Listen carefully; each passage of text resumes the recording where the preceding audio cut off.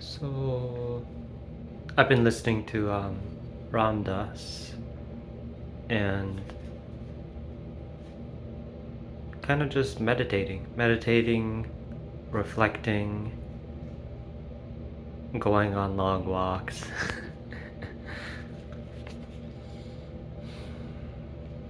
One of the things that came to mind was the more things change, the more they remain the same. I forget who or where that comes from. Uh, it might have been like Zen or Stoicism or maybe an Egyptian priest. um,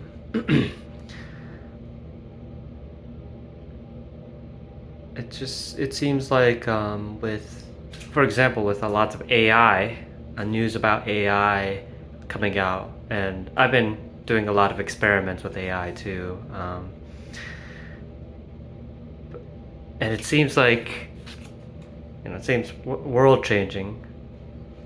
Although it's been in development for quite a long time. But yet, even though things are changing so fast, they're also not changing. No, they remain exactly the same. We still have, the same, like human motivations, right? Oh, things like trying to create businesses with AI, trying to make memes with AI, trying to creative art, right? Creative music with AI. So, um, the more things change, the more they remain the same.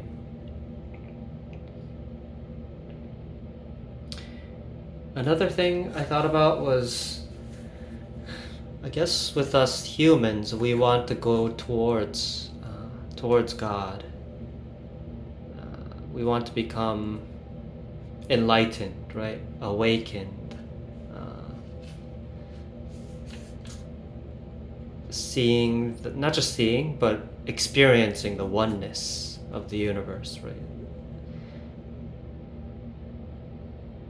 But it seems as though if that process is also going away from God, right? In the beginning, there was God, right? God, Brahma, what are the Tao, right? Whatever you want to call it. The name doesn't really matter. Um, right? And then God said, "Get lost." That one I borrowed from Alan Watts, but it's all about, uh, if there's only one thing, there's no way to tell what is and what, right. The moment you have duality, right, that's the moment when you can tell apart one thing from another, right. In order to have something, you must have nothing, right. In order to have everything, you must have nothing, right. In order to have something, you must have something else, right. You can't have one thing without the other, right. They're mutual. And so it seems like us humans, right? We want to go towards God, right? We want to become enlightened, right? Divine. But at the very same moment, that process is us realizing our own inadequacy, right? It's almost like implicative, right? Everything has an implication. I think that was a meme too. um, but everything has a mutuality to it, right? As above, so below. If you're trying to go towards God, right, you must be going away from something, right? If you, which is why there's a Zen. I think it's a Zen poem or saying, right? Your coming and going is nowhere but here. It seems like you're going somewhere, right? Going somewhere, coming from somewhere, going to somewhere, but in reality, it's all one thing, right? One essence, right? One play, right? It's not disconnected, right? Your coming and your going they have to go together, and they have to come together. the which means that they must be right. Your coming is and going is nowhere but here, right? Because here is all there is. It seems like our sentiments, you could call it the mindset, right? The mythology, right? A myth is just what is just the story of a culture, right? What the culture believes in. It seems as though if our modern sentiment, right, our I guess you could say Western industrial American, right, sentiment or myth is that of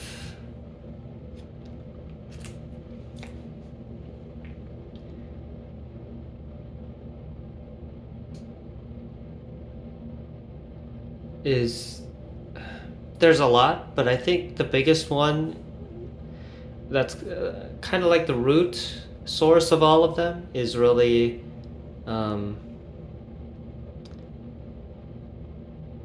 the thing. There's people have an illusion between the thing itself and the idea of the thing. Right? The thing itself and the idea of the thing are two totally different things, right? One is an abstraction and one is the real thing, right?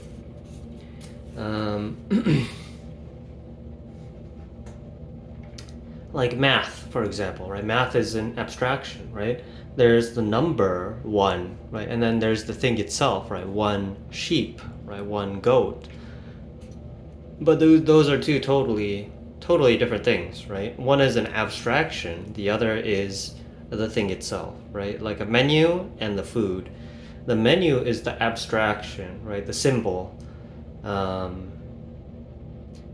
concept, whereas the food is the actual thing. That's why I don't remember the exact quote from the Bible, but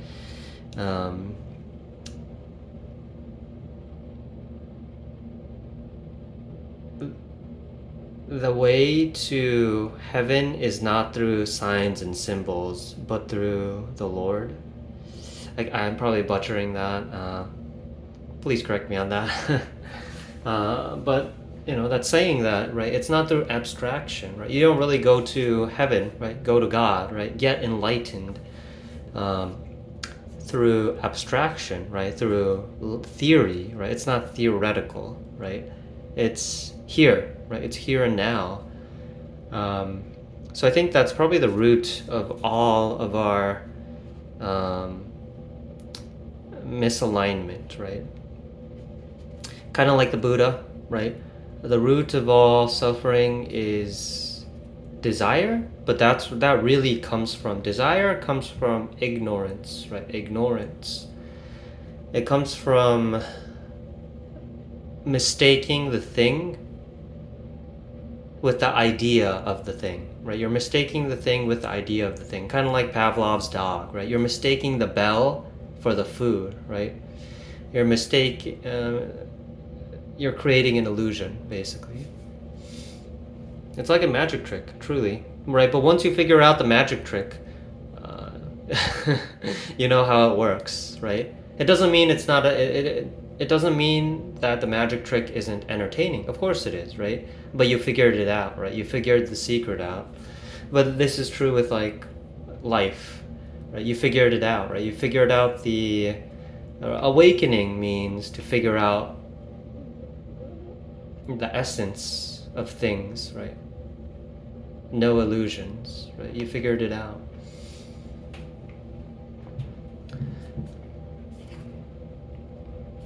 And so it seems like a lot of our attempts to go towards God, right? Whether it's through technology, right?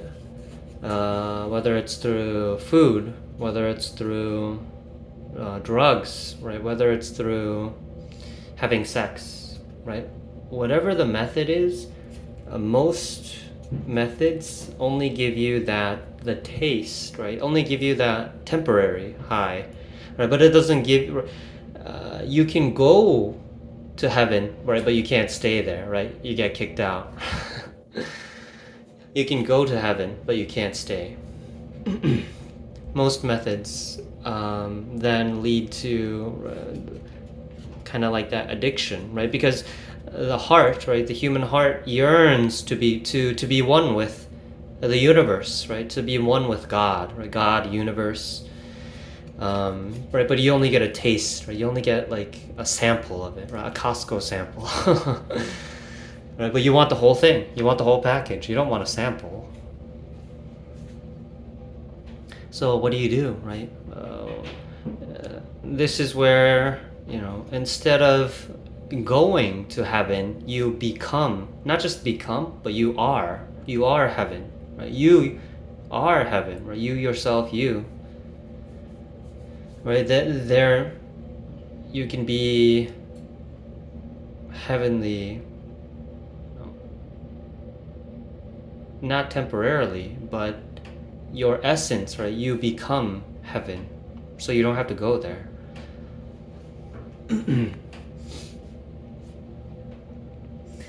So it seems like all these methods of temporarily attaining kind of like a realization, they themselves can become almost like traps, right?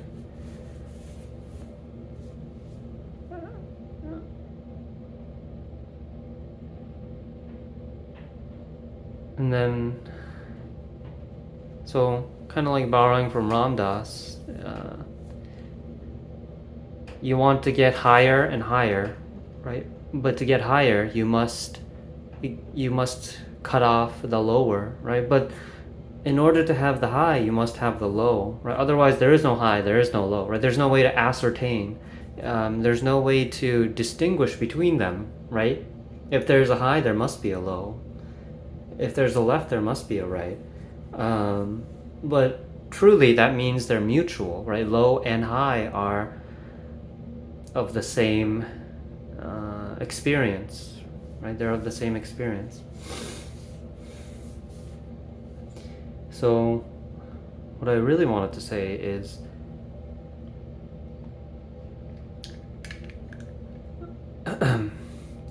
instead of experiencing things objectively, if we're able to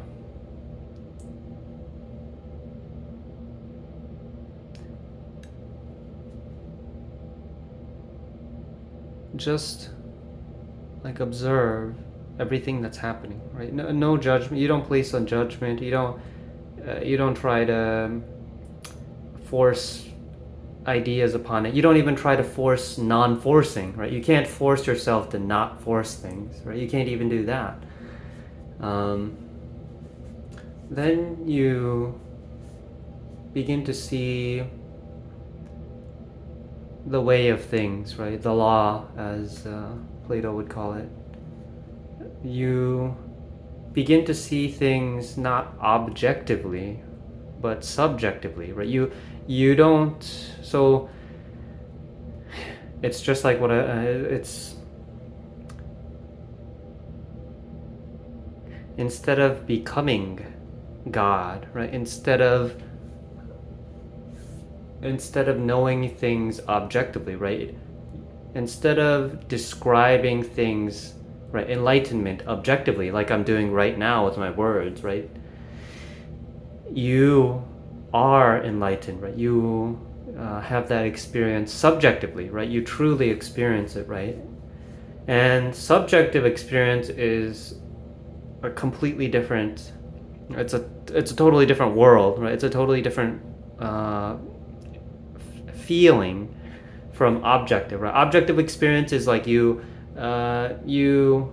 experience it at a distance, right? Through another medium, right? Through another perspective. But subjective is you become the thing, right? You are the thing.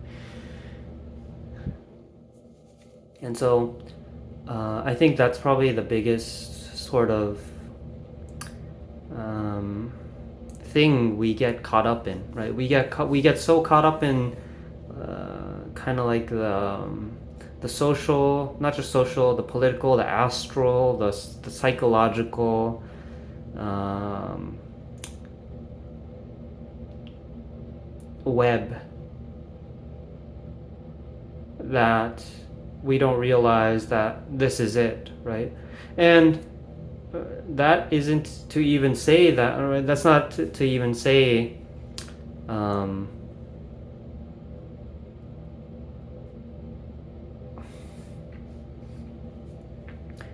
it's kind of I'm losing my words.